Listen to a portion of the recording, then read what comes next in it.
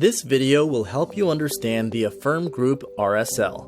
Remember that the Affirm RSL is freely available for anyone to access and use. It is currently available in 6 languages. Now let us try to understand the following 4 aspects of the Affirm RSL. 1.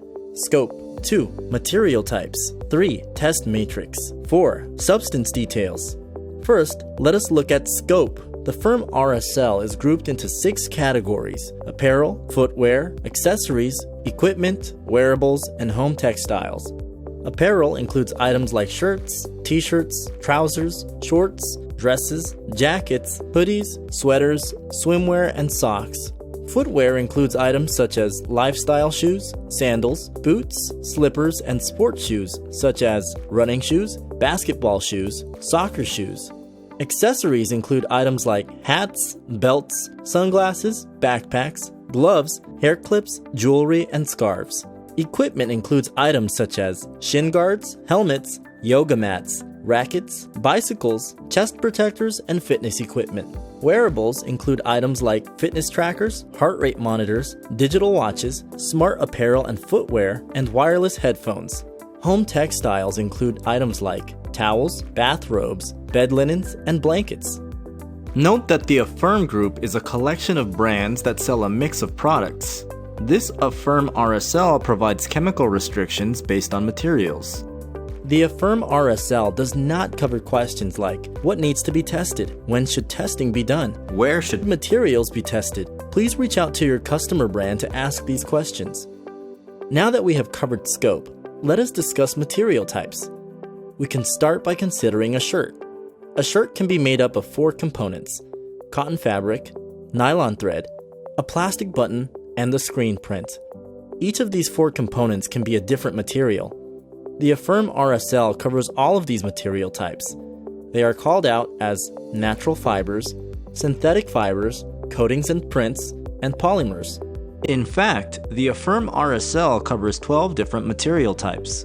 In addition to natural fibers, synthetic fibers, plastics, and prints, the Affirm RSL also covers blended fibers, synthetic coated fabrics, natural leather and fur skin, natural materials, other materials, metals, feathers and down, and adhesives or glue.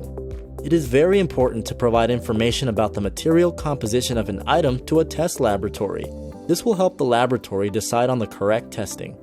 Some products can contain just a few material types, while other products can be made up of many more materials. Now that you have identified the materials the products are made out of, it is time to understand the test matrix. This is the Affirm test matrix. It looks complicated, so let us break it into 3 sections. This part lists the 12 material types that we discussed a minute ago. This part is a list of the substances or chemical classes in the Affirm RSL. And finally, we have the test matrix with boxes colored red, orange, or white. The colors represent the risk of the chemistries being present in the various materials. If you find a red box marked with a 1 for a substance and material combination, this means that it is considered as a higher risk to find this chemical in this material. Therefore, testing is always required for these chemistries. For example, formaldehyde in natural leather. If the box is orange and marked with a 2, it is considered a lower risk to find this substance in this material category. For example, navy blue dyes in synthetic fibers. Remember, some brands require testing for these substances and some do not, so please check with your customer brand. If a field is blank, it is not considered as likely to find these substances in those material categories. Affirm considers these substances the lowest risks in their material categories. Of course, not all materials will have the same substances present, so the risks are different for each material type. So, it is very important to correctly identify the material type on the test request form before sending a sample to the testing laboratory. Okay, that was the most complicated part of this video.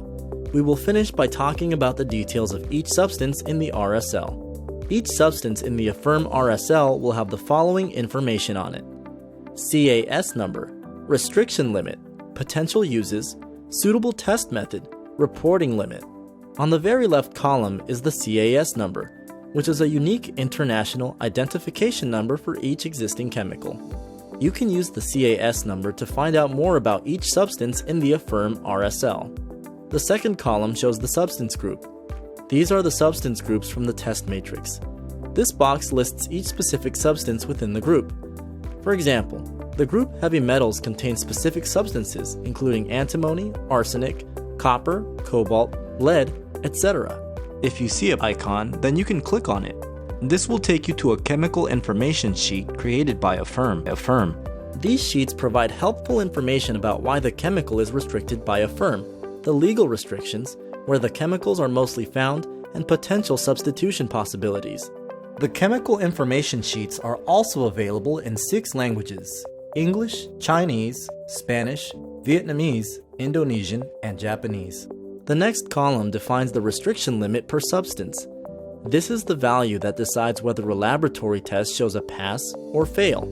The next column provides brief information about potential uses of a substance and helps to identify where a chemical contamination can come from. The next column lists which test method and conditions a test lab has to use to test for a substance. It is very important that those methods are used because only these methods can accurately measure to the limits in column 3 and accurately determine whether the material meets the requirements. This is very important in order to allow comparisons of results. Many Affirm brands do accept test reports from other Affirm member brands, but only if the substances are tested according to the Affirm RSL test methods and conditions. In the last column, reporting limits are defined.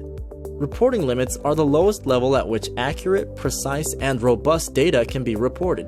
If a lab gets a result below this limit, then you may see the test result being called a non-detect. It is important to not confuse the reporting limit with the pass-fail limit.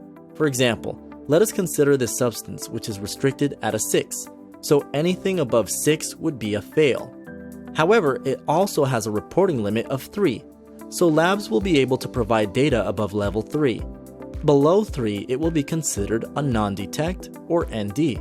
By reporting these values, instead of a simple pass-fail, the supply chain can capture information regarding the presence of substances below the RSL limit. The reporting limits also allow data to be harmonized between various testing labs.